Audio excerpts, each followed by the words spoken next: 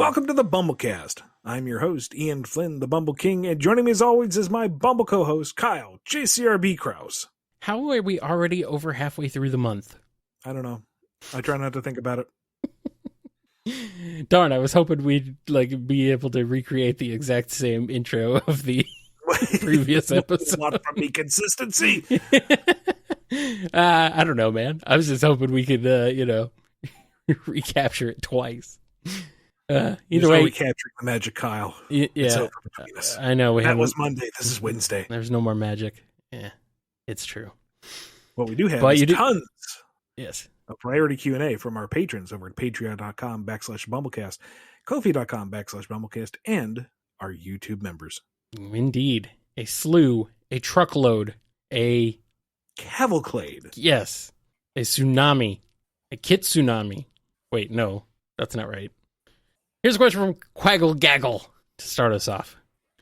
Game-wise, I get why Sonic can't swim. Meta-wise, I know SEGA won't change it, nor am I really asking for it. But after nearly drowning so many times, has it just not occurred to him this might be worth learning, or is he just really not good at it, and rather than be sheepish about it, plays cool and says it's not his thing? With how on top he likes to be on things, it's strange how he has such a big weakness out in the open, and even stranger, Eggman isn't exclusively exploiting it. The fact that Eggman isn't throwing pool parties just to laugh in his face seems like tremendous restraint for him. Well, I mean, transporting enough water to drown a hedgehog is not feasible, and this is even coming at Eggman standards. And two, if Sonic gets enough speed, he's just going to run across it. Mm-hmm. And if he was able to pull out that old trick from Sonic Colors, which I wish was a standard, where he just kind of jumps repeatedly in the water, then who needs to swim? Really?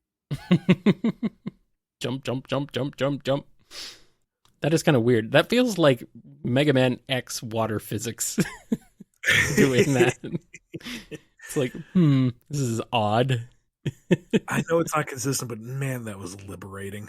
Yeah. That seems falling like down at the bottom of the aquarium park, and it's like, oh, here we go again. Wait, I can jump again. I can keep jumping. I'm back to the surface. Nothing's holding me back now, baby. That seems like a gameplay conceit. Like they probably tried to keep it the old standard Sonic slow at the bottom of the water, and they're like, no, this is broken. This sucks. And they probably came up with that as a as a way to get around it, rather than redesign the levels or anything to actually fit the gameplay. They just said, screw it, and gave you a little shortcut.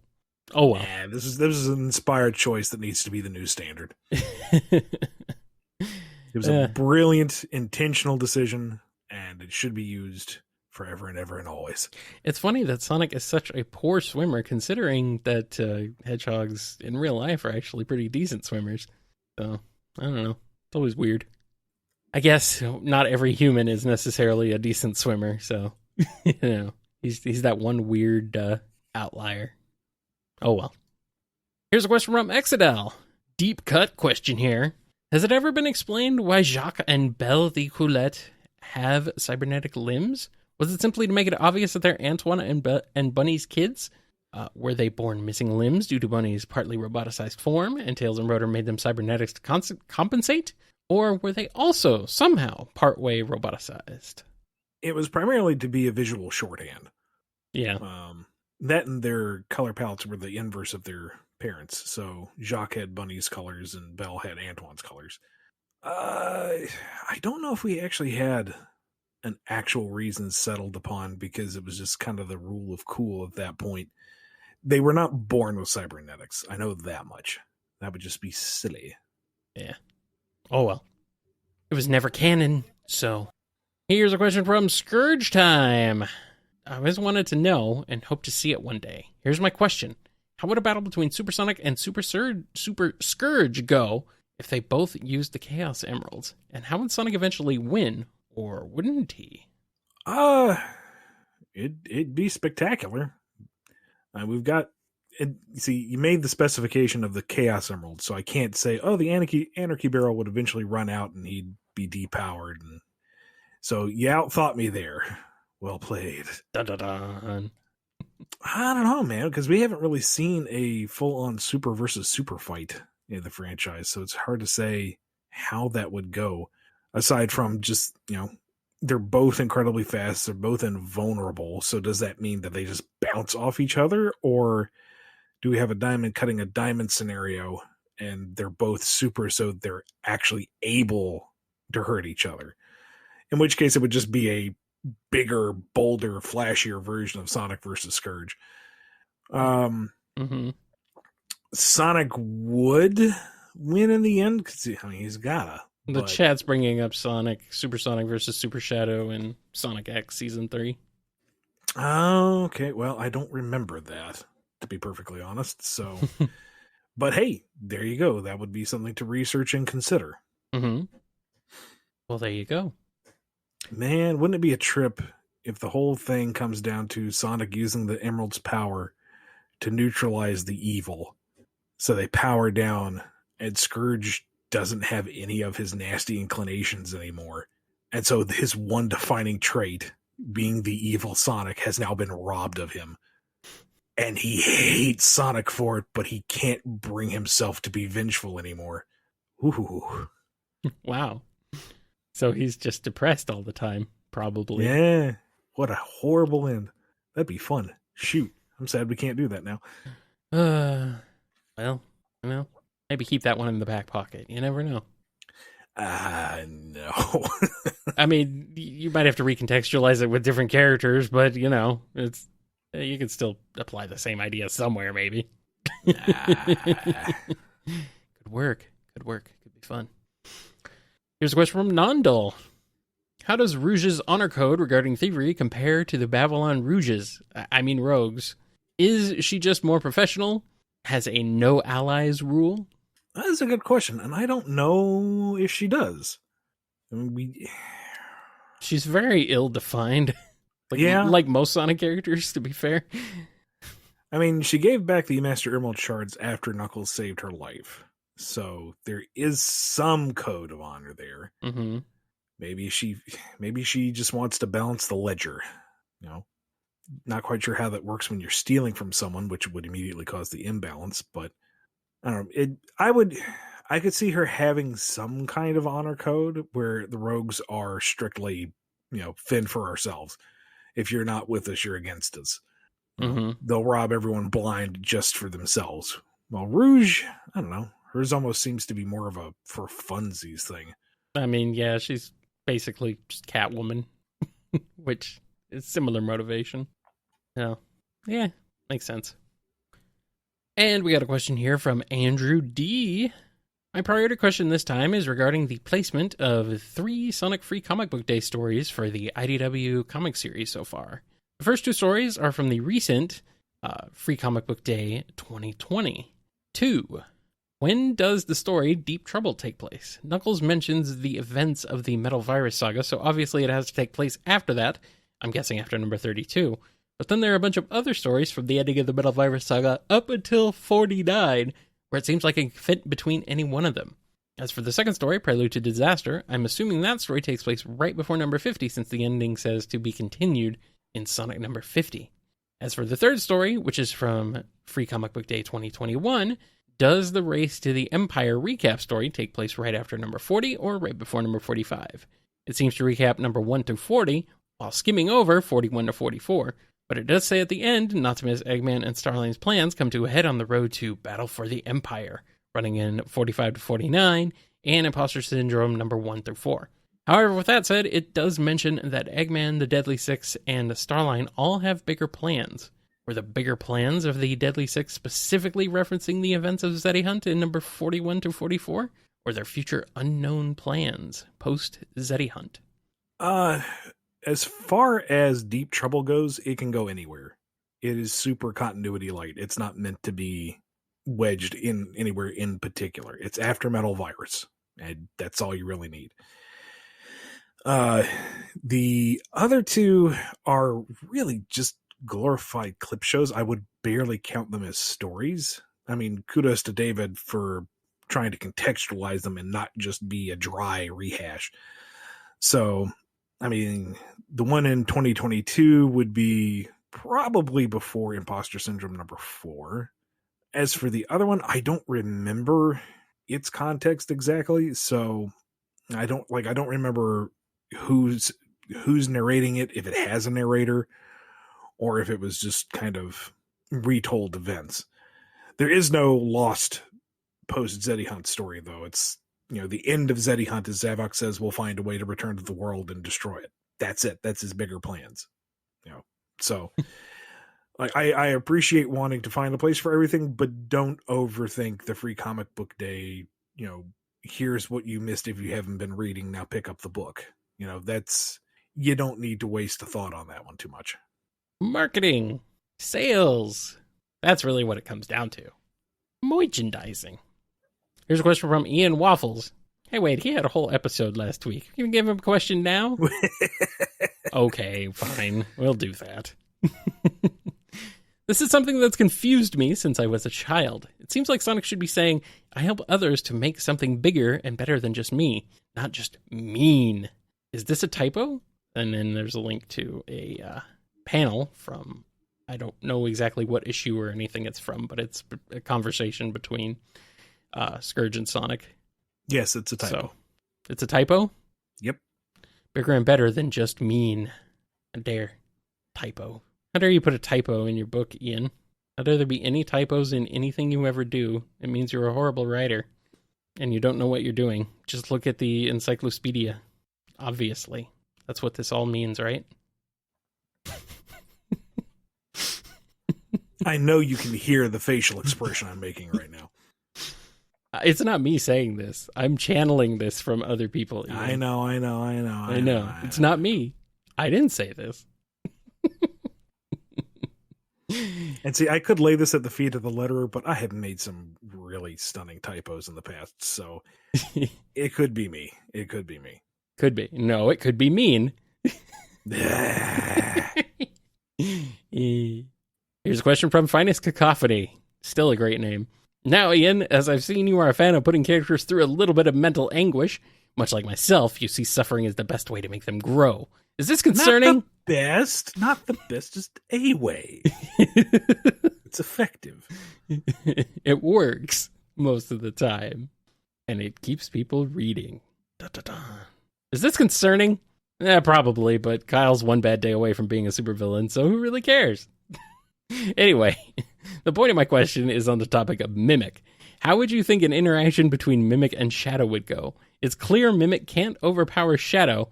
However, with emotional manipulation being something he's good at, do you think Mimic, with the right intel on Shadow, will be able to open up some of those old wounds our Edgehog has moved on from?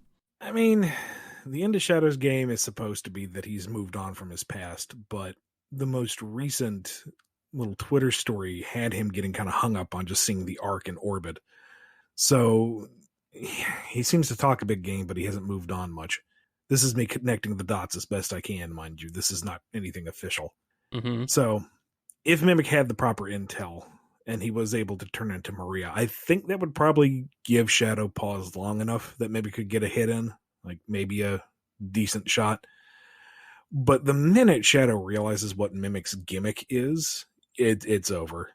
Like, he's going to power through and Mimic's going to be a stain on the wall. Mimic's gimmick. Mm-hmm. Mimic gets like one shot, and if he doesn't pull it off, that's it. He's in real trouble. Mimic's gimmick sounds like a name of a story. like if you were writing an issue, you'd call it Mimic's Gimmick. I don't know. You can have that one for free. Thank you. You came up with it. I'm the one who just said it would be a good story title. All right, here's one from James. Physically, without special powers, how strong do you think Moby and Noodle arms are in general? Shadow specifically, for example, has never been stated to have super strength, but has shown flipping buses and large concrete slabs in the Westopolis level. Sonic has also been shown, in Sonic X at least, to be able to bend a tank's cannon pretty easily. Are Noodle arms just stronger than human arms? Let's not forget that the strength Mighty and Knuckles are showing off. Yeah. That hammer that Amy is hefting. It's here's the thing. It's like it's cartoon logic, man. That's how it works. I mean, considering the amount of weight that any of the flying type characters had to heft, Yeah. in Sonic Heroes, and Mm-hmm. it doesn't matter what kind of torque their wings and tails and ears can give you. The fact that it doesn't rip their arms out of their sockets tells you they got some oomph in there. So yeah, them noodle arms, they ain't noodly. No. Those rubber hoses sustain a lot of ability. But we all know Big is still the strongest of all of them. No, absolutely. Yeah. I mean, if noodle arms can do that, you mean you look at those guns? There's been some He's a discourse completely about. different caliber. There's been a little bit of discourse about the declaration of Big being the strongest lately. And Well, here's the thing. Generally, you don't see Big utilizing his strength too often because he just doesn't. He's not that kind of character. no. But if he does, when he does, you don't want to be in front of him. No, you don't want to be within his radius. Yeah. Which, unfortunately, given his immense power, is like a continent. But Something like that, yes. thankfully, our Lord and Savior, Big, is, a gentle and benevolent god of destruction. Luckily, yes. He only utilizes that power as absolutely necessary. But he And has the madder you get about it, the harder I'm going to lean into it. So he's going to be able to reel the moon down out of orbit eventually. Good. I like it. Here's a question from Noni. I decided to reread Zeddy Hunt recently, and something kind of struck me. Zavok took a second to really think about if he should keep going on his destructive business, but doubled down and continued. What would he have done if he really did quit? Did he have a plan for after? Would he have still gone looking for the rest of the Zeddy, or just walk away entirely? When Zavok was thinking about quitting, he was thinking about dying. Like, he was wounded. He was barely able to stand, and he was thinking of whether or not just to give up and let himself die, or to get up and continue to destroy things. And he decided he would rather destroy things. I mean, those are the only two options. Yeah, he was not considering giving up his ways. He was deciding on whether or not he wanted to continue to struggle to live. Yeah. The Zeddy have a very one-track mind. Either fight or die. That's pretty much it. Nothing in between.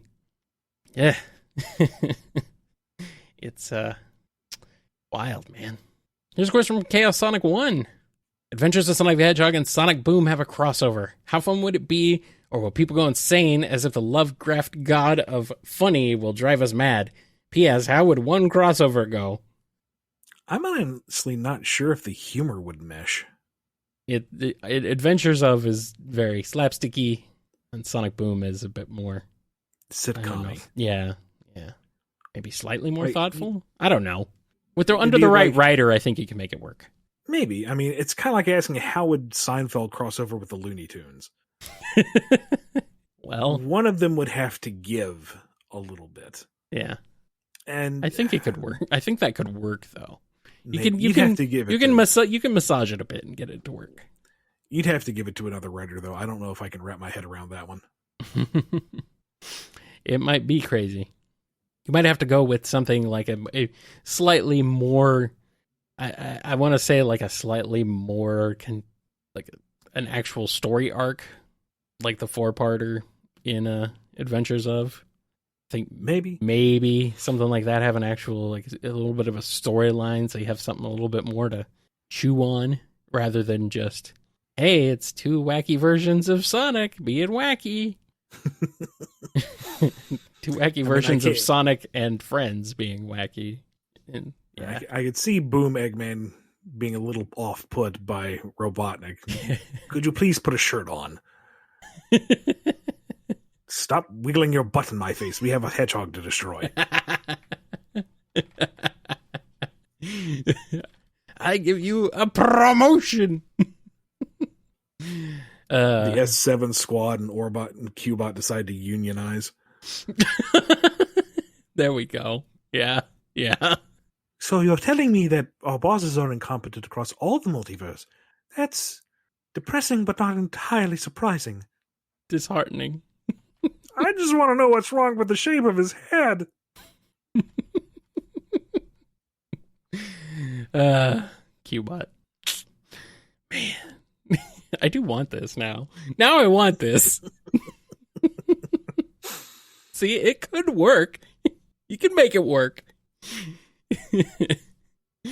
I think mostly it's the villains where it would work.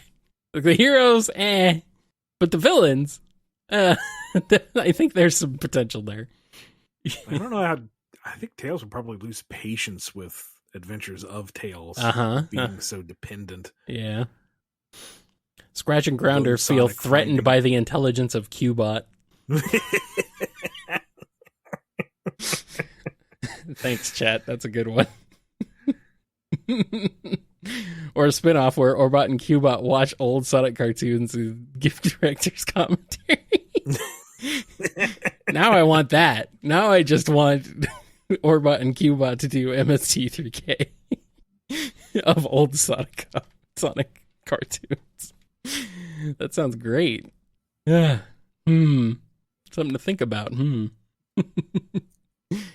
Anyway. And before we take a break, we have a question from Scurvy Pirate Hog.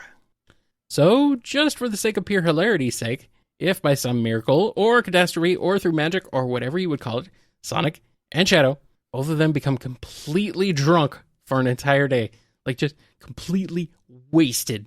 What would each of them do on this day, and how are they the next day?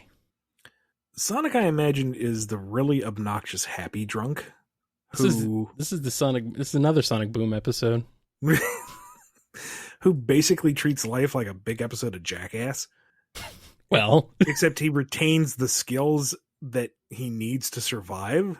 So he's getting even more recklessly in danger, but he's still able to roll with it, quite literally. Mm-hmm. Next day, though, he'd be kind of knocked out with the hangover, and he just needs one day to stop. Okay, guys, just shh. He's going to be over here, and it's going to be quiet, and it's going to be okay. Okay? Okay. Mm-hmm. Mm-hmm. Shadow's a mean drunk, but he's also the broody inward one. So he wouldn't really go out until you tried to get him to do something, and then he would lash out, and you do not want a beer-fueled chaos control fest. It's not pretty. That chaos spear is not going to land where he aims it, and it's going to hurt somebody. But he would actually bounce back because he's the ultimate life form. He doesn't get hangovers. He'd see Sonic, lying in the bathtub with the lights off and go, weak. Someone spiked his Chaos Cola. The heck, man. He had one too many Bloody Marias. Terrible. It's awful. I love it. Just for that, we're going to take a break. Then we're going to come back. I'm going to collect myself. Because you broke me. The Bloody Maria broke me.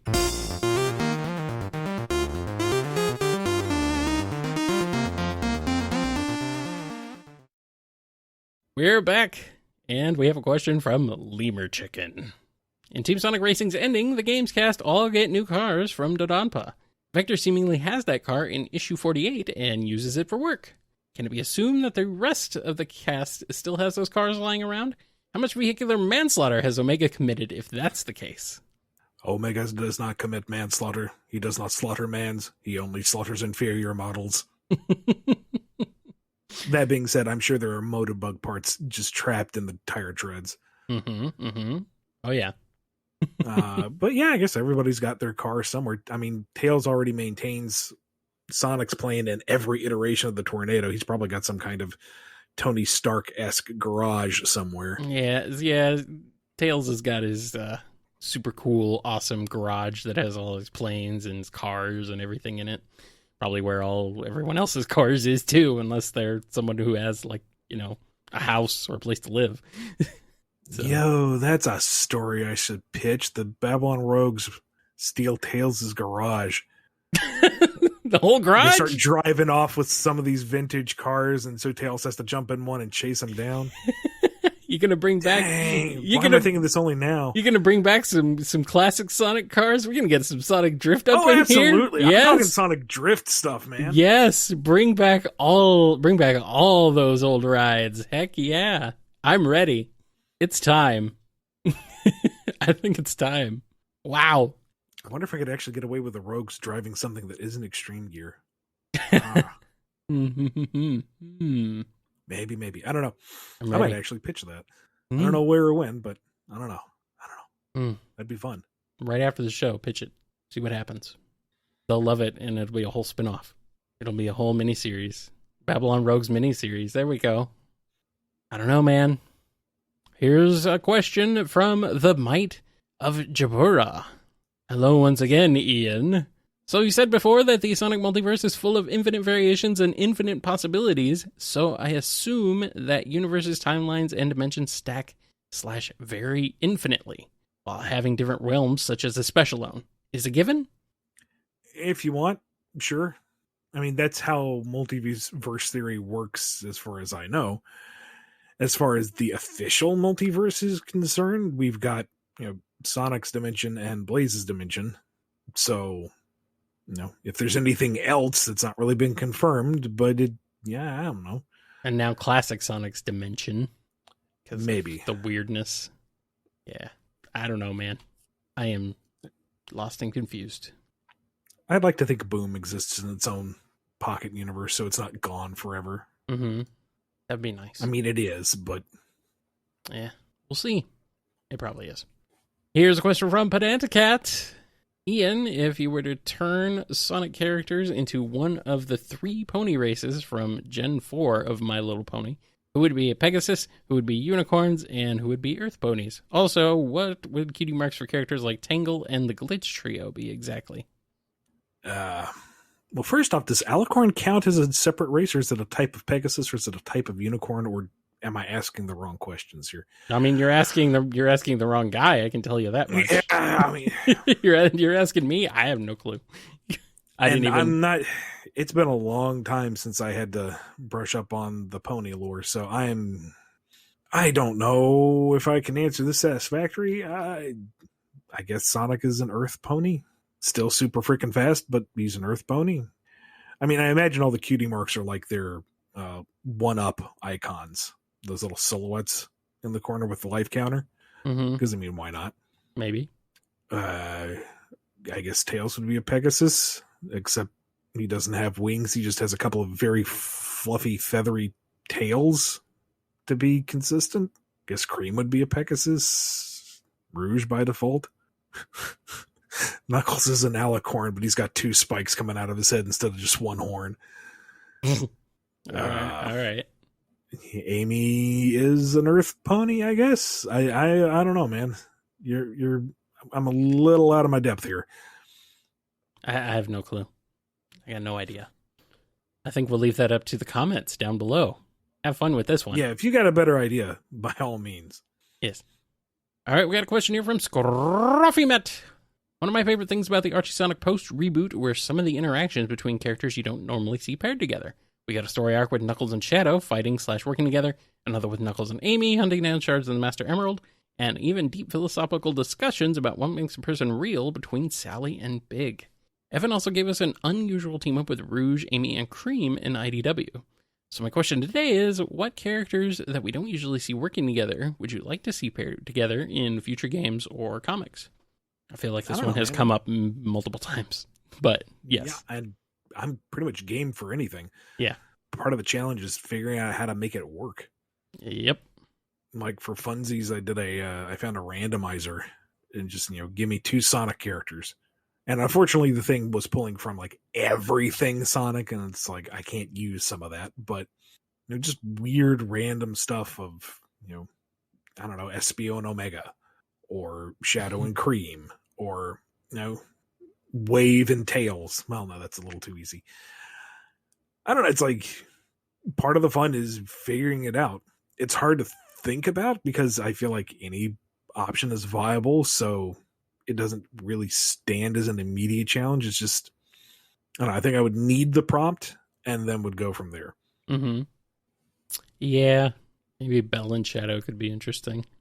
It might be a strange thing, 2 different incarnations of Robotniks developing 2 very different types of people. Shadow's interrogating her about what Mr. Tinker was like, and she's thinking that he's building some kind of profile on him, and really he's just finding all the connections to what he remembers of Gerald and being reminiscent of it. I think that could work. That would probably work pretty well. Heck, now I got another something to pitch. Yep. Here's a question from Tempo. I'm going to bite the bullet and ask, is Sonic Origins story mode canon? Does it follow the plot of the classics as closely as possible? Or is it retroactively retconned how some things happened? I probably shouldn't talk about this all that much, but I think it's safe. I think I can say safely that yes, the Sonic Origins story mode is canon. And I'm just going to leave it at that for now. Alrighty then. Here's one from Ava Arctic. Sorry if this ends up long or wordy, maybe a coincidence, but Mecha Madness has been brought up a lot quite recently in some of the Sonic circles I'm in, especially with how it was a neat what-if story turned real way back in the early days. I'm curious to hear Carl Bowler's plans for a sort of sequel to it involving Nate Morgan and all the main Freedom Fighters having robo-duplicates to fight. Can't help but think younger me and other fans would have loved this wild Mecha Slam Jam. So, just curious on your thoughts of this cutting room floor plot idea and maybe any tweaks you'd do to this? I don't remember exactly how it was phrased. No, I do remember him putting out a bunch of ideas that he never got to use. And I feel like the idea is certainly... It's like too much of a good thing. Yeah, that's the thing, is it's a fun idea, and the spectacle is definitely worth admission price. It's just, what do you do to give it a little more oomph? Right. If it's just everyone versus the robot double, unless you've got an artist who can carry it on the visuals, it's going to be forgettable. I mean, let's be honest here. Mecha Madness, most of its cool came from Spaziante. Yes. If it had been rendered by nigh upon anyone else, I don't think it would have been remembered nearly as fondly, because it's just a Sonic and Knuckles fight with a few extra bells and whistles. Yep. Patch Spaziante, he made that issue. He elevated that to yes. He elevated it. Compare that to Super Sonic versus Hyper Knuckles, and this isn't to diss Art Mahoney, because I really do enjoy his art style, and I thought it was one of his more solid outputs. But he doesn't have that visceral, energetic style that Pat does. Mm-hmm. And no, folks don't really come back to that nearly as much as Mecha Madness. So if you're going to have a Mecha Slam Jam, you need the artist to really bring their A game.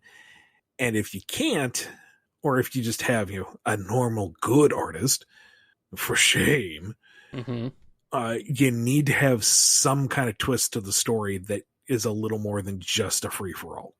Right. I don't know what that is, and that's me sitting back from behind the mic how many years after the fact. But this, I don't know. This feels like, to me, like we had Mecha Madness is like the equivalent of Worlds Collide, just lightning in a bottle, just an absolutely amazing banger from start to finish. And then this idea to me seems more like Worlds Unite, which goes bigger, harder, and it incorporates more of everything, but it's, kind of too much in a way. The spectacle isn't enough to carry it. Right. No, I think that's fair.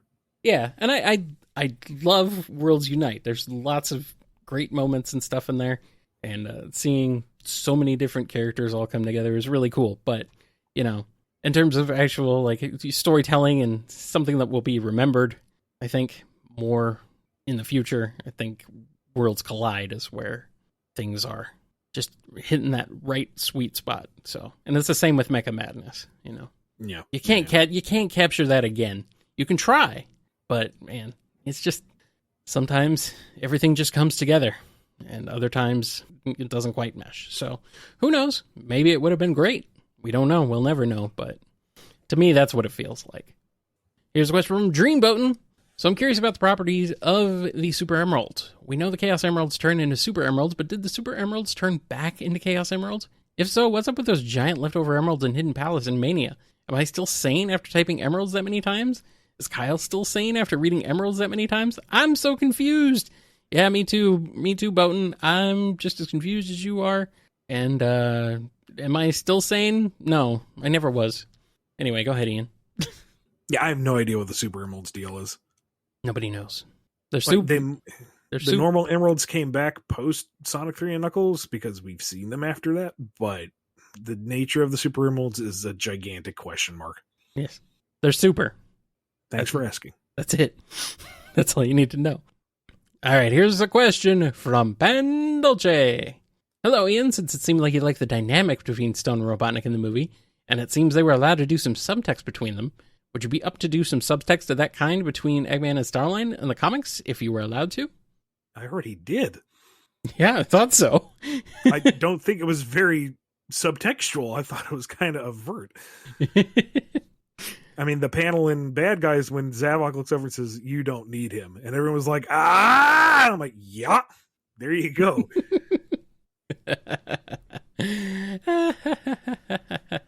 Cool. And now we're going to switch gears because we got a couple of questions for you, Kyle. Okay, hit me with them. Sam Cybercut asks a question for Kyle, although Ian can answer as well. Some awesome friends of mine recently got me a Sega Saturn to replace my old broken one, and playing these games again got me nostalgic for their soundtracks, which got me thinking, are there any Saturn OSTs that you're particularly fond of? Ooh, that's a good one. My experience actually playing the Saturn is fairly limited in comparison to most other Sega consoles, but there's some great soundtracks on that system regardless. Let's see, like Burning Rangers, fantastic. Nights into Dreams, of course, has to be Nights. That one holds up quite well. What else is there? A Stall? Yeah, I think that's what it's called. That is a really, really great soundtrack.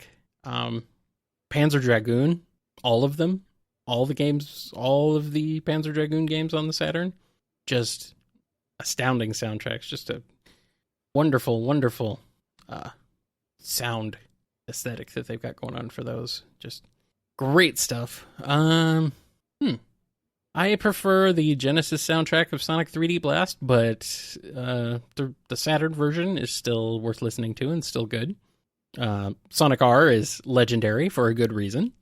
The Saturn version of Daytona USA, I'd say the one thing that they improved over the arcade version, that's the only thing that's better than the arcade version, is the music, because it's actual real Red Book audio and not just samples. So it's very good. I like it.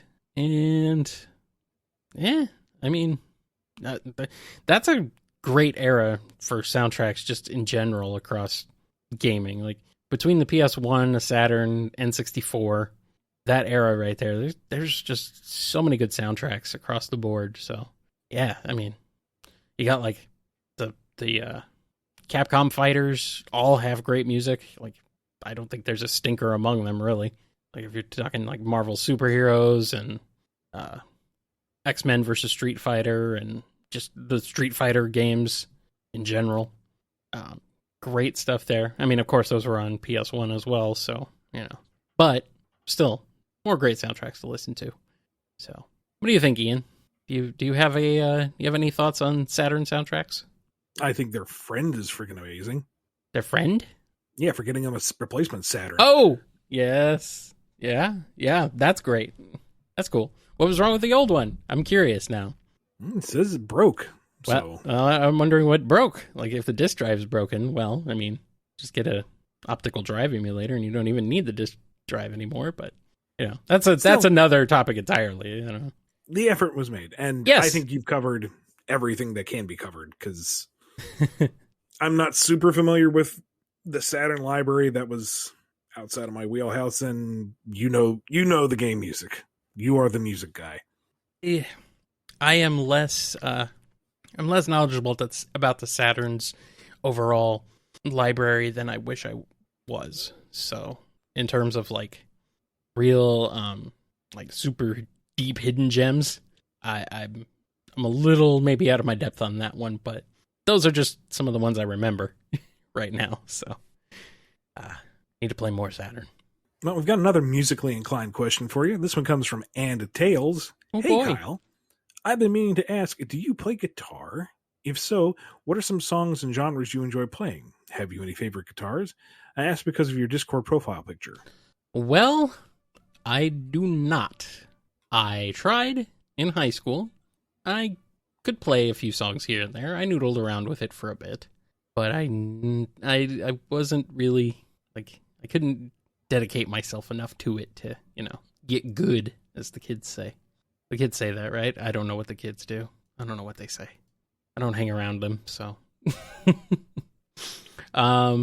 But I love the guitar. It's my favorite musical instrument. I'm a big fan of rock and metal music, just in general, and stuff like that. So yes, I like the guitar. I'm a guitar enthusiast, but I'm not a guitar player. So, but I did have a goal when I was learning guitar. My goal was to learn how to play Super Mario Brothers. And I accomplished that goal, and then I felt like I was done. I think that's part of the reason why I didn't go much further with it, because I learned to play that, and then I was done.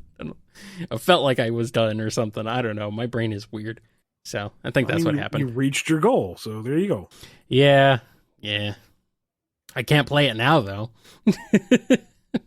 I'd need some time to reacquaint myself. I do have favorite guitarists, though. Daisuke Ishiwatari, Guilty Gear X. Just the astounding ability of him, and like all the soundtracks for Guilty Gear and Blaze Blue, just formidable metal soundtracks. Let's see what else. Tak Matsumoto from Bees, also very good. I like Jun Senoway, of course. And most of these are Japanese. Trying to think of if there's anyone. Masahiro Ando from T-Square. Love that guy. Great composer and an amazing guitarist. Moon Over the Castle is one of the best songs of all time. I mean, video game or otherwise. Let's see. I'm trying to think of who else I like. Who do I like that's more in a mainstream vein, I guess? Marty Friedman, there we go. He's great.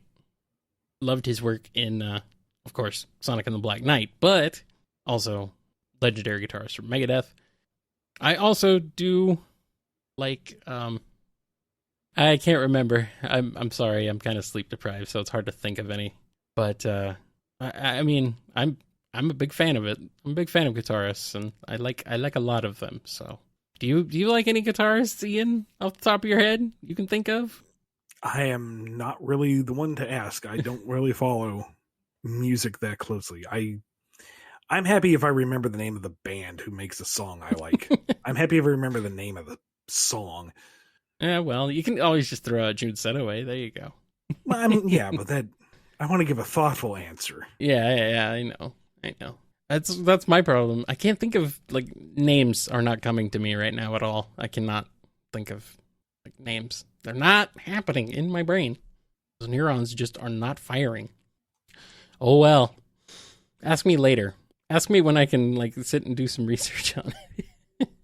Maybe I'll, like, leave a comment on the video or something with guitarists that I like, because I can't remember them off the top of my head right now. So, all right, here's a question from Knights Jubel. This one says, "Hey there, Ian and Kyle. What would the main Sonic Cast's Taco Bell order be like? I'd like to include Starline Surge and Kit, please." I've never been to Taco Bell. Are you serious? Okay, I think I went once. I figured Taco Bell was the only Mexican food they had in your neck of the woods. No, there's Burrito Boys and Fat Bastard. That's the name of the place, okay? Don't demonetize me. That's the name of the place. But, no, I've never been to Taco Bell. I'm flabbergasted. Like, that's weird. Huh. Do they have Taco Bell they don't have Taco Bell up there in Toronto, do they? Yeah, they do. There's a Taco Bell KFC down the road. Okay, never mind then. It's closed. Oh, it may have closed. So it exists. We have a friend up here who that's her favorite thing. Her guilty pleasure is, Taco Bell is date night, but yeah, I've never been. Wow. I mean, I understand that they have, tacos and burritos, other things that are like tacos. Tostadas. Yes, those things, whatever they are. Tostadas. They're flat tacos. Chalupas. There's that. Mm-hmm. Those are words. Uh-huh. Wow. I feel so weird because my favorite food is Mexican food. So like I know all this stuff. I'm like, the fact that someone doesn't know it all is like, it's a foreign thing to me because, I'm over here in Arizona where like this is like our main diet is like, Mexican food. The Taco Bell menu is not something that I'm like super in-depth knowledgeable on, but I could definitely see Sonic being like a Crunchwrap Supreme kind of guy. I don't know. Maybe Tails just likes standard tacos. He's not too crazy. Who do you think would like a spicy chicken burrito? Who likes spicy food in general? I don't know. The only one we know who even likes food is Sonic. Well, like, we know, like, Cream's favorite thing is ice cream, and Amy likes sweets, and Knuckles likes grapes, and Tails likes mint candy. Everyone's, like, got a sweet tooth. Yeah, there really isn't much of that there at Taco Bell. There's, maybe Surge likes spiciness. Maybe she would eat, like, the spicy chicken burrito or something. And she knows Kit can't really handle it, but she makes him eat it anyway. That's right. Let's see. Starline's looking at the menu going, what can you consume with a knife and a fork? What a lamer. Nachos. Nachos Bel Grande. Sure, you could eat that with a fork if you really wanted to. If you're a degenerate. The cinnamon twists. There we go. There's Amy's favorite.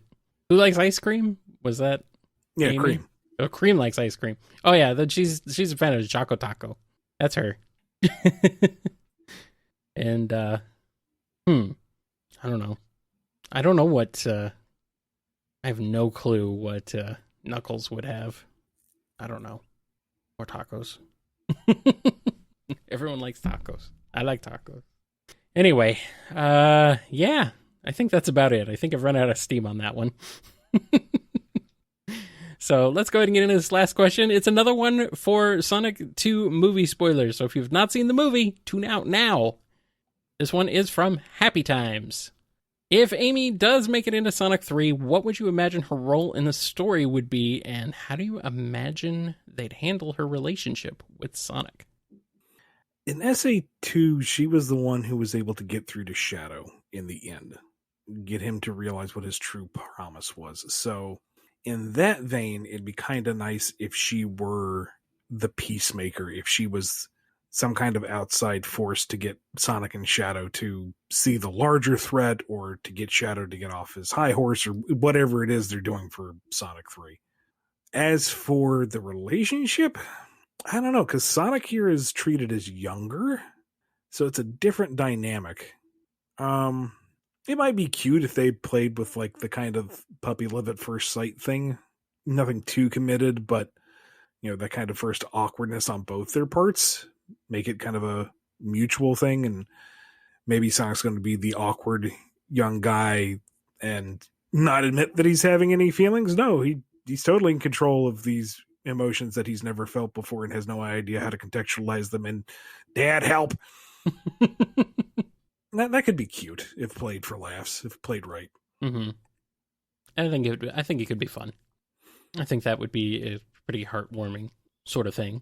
My cautionary note there is, while I want Amy to get her due as well, they introduced Tails and Knuckles in this one, and Tails kind of suffered for it. Yeah.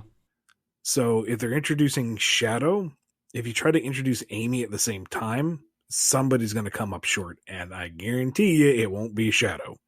Yep. I feel like that's a possibility for sure. With what you're proposing as far as like Amy sort of playing the role of the, like, the only reasonable one in the room, that's just kind of typecasting her as her, I guess, but Yeah. eh. It's not it's not a perfect solution by far, but No. I don't know. We'll see how it goes. I'm curious if they introduce Amy. We'll see. No, it would be good to see her. I wouldn't mind, but I wouldn't want it to. I don't know. It feels like we might be getting too bloated as far as cast is concerned. So, but I mean, I hope she, of all people, would at least make it in at some point. All right, well, that's it. That's all we got this week. Or today, I should say, not this week, because we have one more episode coming up on Friday. The standard Q&A. That's exactly right. But before we get to that, I'm going to give a big thank you to all the folks who help support this show. Big thank you to Daniel H., Alex P., James K., John B., Jennifer R., Robotnik Holmes, Samuel P., Sam Cybercat, Mike B., Coupland Crew 128, Dave M., Duas Diz Din, Andrew D., Off, Salute Your Cat, Jay Frost, Scruffy Matt, Chris A., Hero of Light 13, Sony, John M., Ryan D., Noni, Don B., Jib, Yami M., Lee H.K., Lisa M., Chevelle, Piggybank, Fiona M., Blue Title Gamer, Ben W., Tick Tick, Xanderoni the Painter, Final Neil, Keeper of Monsters, Jonathan D., Ian Nemrick, Solaris Stain, Axis, Daddler the Dalek, Godzilla, Chaos Universe, Sonic Legacy, Daniel B., The Name is X, Pedanticat, Dove, Red the Supernamic, Pentolche, Scurvy Pirate Hog, Ava Arctic, Quaggle Gaggle, Chad, Jennifer H., Professor Rye, Les, Cameron H., Preston M., Sapphire Scarletta, Alphamon or Yukon, Noah S., Cordero Highwind, Chase L., Joey the Sonic Fan, Awesome Cakester, Kimiko, Radry, Callum Q, Alex GS, Just a Mountain Soul, John the Real Waluigi, Arc Fighter, Ty H., Owen BD, Maddie H., KJB, In Zephyr, Finest Cacophony, Nondel and Tails, Dream Boatin, Mox, DeRoosevelt, T-Ranger, Jolene B., Shaggy Dog, Jack the Animator, Lewis J., Four Sonic Fan, The Marble Gardener, Goosey Tantai, Agent Kaz, Michael Patton, Navare, Exodile, Lacey M., Unlikely Veronica, Ty Cyan, Jamal S., Neostripe, Spiral Warrior, Choco Desert, Rhythm Raccoon, Omega Watt, Pig Dan 20, Jinx, Phi, Knights Ubel, Steph Cube, Idira, Madeline Blue Star 7, Pizza Person, Yoshi Milkman, Speedweed, The Cartoonist, John L., The Internet Person, Scourge Time, Chaosonic 1, The Might of Kabura, Meta Mode, Danny the Light, Frost the Winterline, Agent Agnes S., and Wheels 282 Hedgehog. As long as we're thanking everyone in the known universe, I'd like to thank a guy I know named Earl.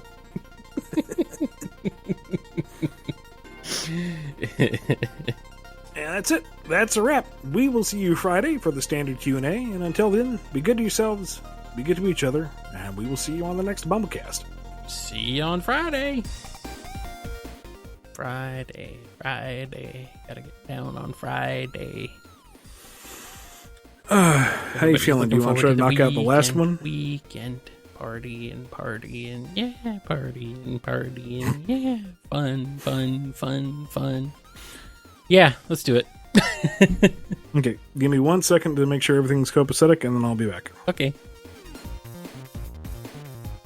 Supersonic's gotta fly Samus into the middle of that maelstrom of soul-sucking evil so she can drop the Nova Bomb. Oi. Ugh. No, thank you. Do not want. Do not want. I mean, I do. I want to see this. But, I mean, also, I'm terrified. Chaos Emerald infused power suit. Oh, Super Samus. Supersonic supercharged shot combo. Okay. All right. Now I'm into it. Now this is cool. You've been listening to the BumbleKast, a co-production of Bumble King Comics and the KNGI Network. Original theme music composed by Ken Coda Snyder. Remixed intro by T-Lopes. Find out more information, along with podcast feeder links, MP3 downloads, and more at bumbleking.com and kngi.org.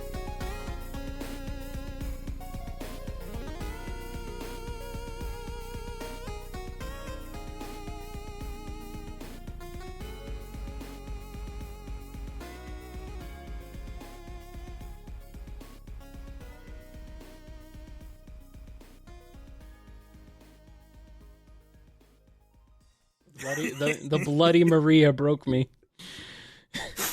Anyway. Well, if you don't want a Bloody Maria, what do you want? No shots. No shots. No shots. No guns. Wow. You've done it again, Ian. I'm broken. There's one even worse. I could go even worse, but I am not going there because you will record it and you will put in the after credits, and I don't want that out there. So no. Why not? Nobody listens to the after credits anyway. Not this one. Not this one. The chat is saying do it. They're begging now. No. Maybe after we're done for the day. They're begging. They're begging, Ian. They're begging. No. I just made multiple jokes about child murder, and I'm saying this goes too far. No. Uh-oh. Well, I guess. Yeah. Okay, fine. Anyway. You can have a little child murder as a treat.